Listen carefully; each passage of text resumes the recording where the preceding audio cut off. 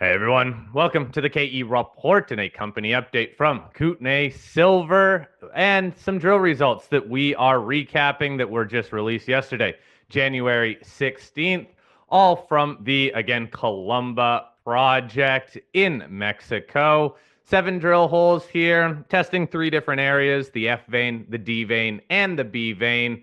The best result, hole 183, coming from the F vein, highs of little over 1,400 grams per ton silver and 3.1% lead zinc. That, again, hole 183, that had a width of 0.8 pretty much meters, true width of 0.36 meters. We are chatting with Jim McDonald, President and CEO of Kootenay Silver. Company is traded on the TSX Venture Exchange under the symbol KTN and on the OTC markets under the symbol KOOYF. Jim, let's just remind everybody about this drill program. It's a 20,000 meter program. Last time we chatted, you had mentioned you were about 15,000 meters through. You took a break for Christmas. You have drills back on the ground. Just remind everybody, again, the overall goal of this 20,000 meter ongoing drill program, please. Yeah, okay. So the biggest program we've ever done prior to this, we'd completed 30,000 meters in about several programs. And so we are now 18,000 meters into this 20,000 meter program, 2,000 more meters to go to finish it. And the objective here is to basically find the edges of these mineralized zones, especially on the D vein, which is turning out to be the primary structure so far. We've extended the strike on that vein with this program from 450 meters to about 1,250 meters in length, incredible increase. And we've taken it in vertical depth almost, well, it's around 500 meters of vertical extent that we see the vein in now. So we really expanded it. But having said that, we still haven't found the edges. And we're going to continue to drill until we, of course, do that. And then the whole purpose of all this drilling is to get us to a maiden resource. Well, Jim, it's been exciting to watch the work at the D vein, at the F vein, and now even the B vein. Let's dig in a little bit more to that hole 183, though, since that was the headline hole from this particular batch. Yes, the high grade component was about zero point 0.8 meters at 1,400 grams per ton silver equivalent, but I think what's significant in there is that 6.65 meters at 468 grams per ton silver. So that's a nice chunk. And really, the overall mineralized package, 32 meters at around 210 grams per ton silver equivalent. So maybe to speak to, while there's some high grade pockets here, you still got some wide zones here, mineralization, which sets you up for a good development scenario. Yeah, so this is right in the middle of the more or less the F vein. And the F vein was the one that was historically mined in part. So we've got drill holes that consistently hit that vein over 700 meters of strike length and approximately 200 meters of depth. But we have big gaps in what we've drilled so far, and it's still wide open to depth. And so this hole went right in the middle area of what we've drilled, in a huge gap of 200 meters that laterally that didn't have any holes in it, and very great hit. It's I'd say better than average for that vein.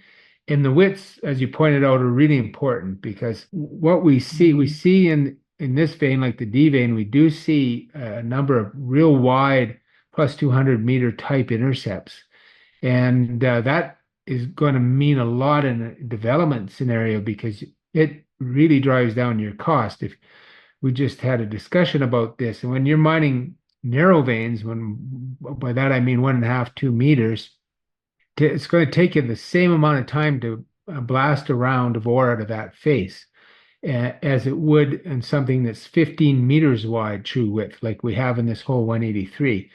But in the case of being 15 meters wide, it's almost 10 times the volume with the same amount of time. So it really drives down costs. It's really, really good to see. We're quite excited about that. Beyond the splashy core high grades that we get that exceed a kilo and things that are several meters of plus 300, 400 grams that we're seeing, over and over again, especially on the D vein. So really great to see that. It indicates that the F vein has these fattened zones that we call shoots, and that really makes a big difference at the end of the day. One thing that I quite appreciate that you do here, Jim, is you share the estimated true widths, as I mentioned with that initial hole. As we're looking at these drill results and analyzing them, how do investors need to balance out what you see on the headline in terms of the actual width, but then the estimated true width when it comes to an overall mining scenario? Well, the estimated true width is how thick it really is, and you have your core length width, and you have your true width or estimated true width. And early in programs, it can take some time to establish what the true width is because you don't understand the geometry of what you're drilling. So you don't know how to calculate that true width, estimated true width. Now we have enough holes there. But really what's important is to have, the wider the width, the better, the higher the grade, the better. If you have both, you're really, you're you're you're really walking in the roses. And so, we get both here. So it's a great project for that. And the wider width means potential for much lower mining costs and lower cutoff grades. That's what that means. And of course, higher grade, same thing. It lowers your cost per ounce and makes things more economic. So we really want to see when those two things come together, that's great. Yeah, nice to see the wider widths, and the estimated true widths also being wider than a lot of companies see in a development scenario. I think another highlight from this table that you put out, Jim, is hole 180. It gets into the B vein corridor, and we've teased that in prior discussions as an area that you wanted to put more drilling into. And you had a nice hit here in that hole 180. Again, some nice grade, some nice width, different segments of it. The estimated true width on that one's 4.8, but the 208 grams per ton silver equivalent. But you had some nice higher grade chunks in there too, the 3 gram and the 1 gram at 4 and 500 grams per ton silver. What is that telling you about this B vein corridor?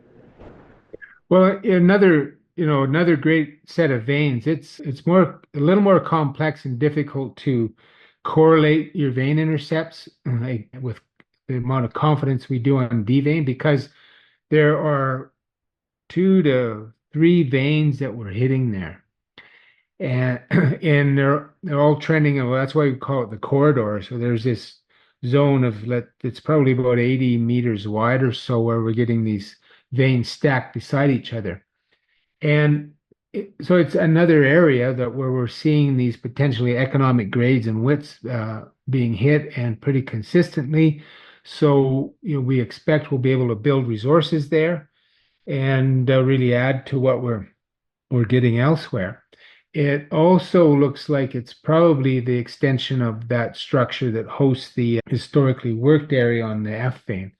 So quite interesting from that aspect. One other thing about hole 180 is it was a step out from a previous hole 111, and hole 111 was real good hole in terms of grade and width. And the core length there was 4.6 meters at 1,200 grams per ton, almost silver, within a wider 70-meter medium grade zone. And so the real meat of it was 9 meters, almost 700 grams, with that 4.6 meters of nearly 1,200. Those are core lengths. So if I recall right, the true width was probably approximately 50 or 60% of that in that case. But so 75 meters below, we stepped directly down underneath that hit with hole 180, and we hit again. It's not as spectacular in terms of grade, but it's still there and still going strong and still open to depth. So, and 75 meters is a pretty decent step out on a vein type system, I might add. And so, pretty aggressive step out, bang, it's there, still open to depth. And the adjacent D vein goes much, much deeper than we've tested this B corridor so far. So our expectation is almost any of these veins are going to have great depth extent from what we've learned, especially on the D vein. So, Jim, you're getting a pretty good handle on a lot of these different veins. And over the last number of months now, we've talked about the F vein a lot, the D vein, the B vein, the I vein. There's a lot of different vein systems in here that, again, you're putting a bunch of holes into. Now that you're nearing the end of this program, and you, as you said, you're building up to a maiden resource, if you had to rank these different veins in order of what are maybe most important, grade and width, how would you rank them? Well, D is number one for sure so far. F number two and B number three. Now B may displace F. I could see that happening for sure, but we haven't drilled it enough to know yet. And then all the other veins in the property aren't so well drilled. But there's one area on the J vein that's pretty well drilled. It's got some very splashy intercepts that we don't really understand in terms of geometry and where to chase it yet, but some pretty strong intercepts there, including 6 meters of over 2 kilos silver. So a lot of work to do on these other veins yet. Currently, D vein would be number one, F number two, and the B corridor number three. One, as you just mentioned, you're still trying to learn more about B, so it could step up the batting order depending on how more drill results come back in. I guess just remind us of how many drill results, how many meters are still at the lab, and then how many meters do you still have to drill to finish the program, the 20,000 meter program? Yeah, so we have about 2,000 meters more for out of the 20,000 left, and there are 15 holes pending either at site being logged and sampled or in the lab currently. Jim, one other thing I want to touch on from that most recent news release is the ATM, the at the market equity distribution program that you announced back in July. Company sold, let's say, a little over 550,000 shares at an average price of $1.35. Going back in the chart, it really seems like you timed these sales well. You've raised a little over $750,000 through this ATM so far. Can you give us a bit more insights in terms of the strategy to utilize this ATM to keep the company cashed up? Yeah, well, it's a really excellent tool. Yeah, the cost is much lower than a private placement. It's under 3%. Compared to typical 6 and 6 on a private placement, for example.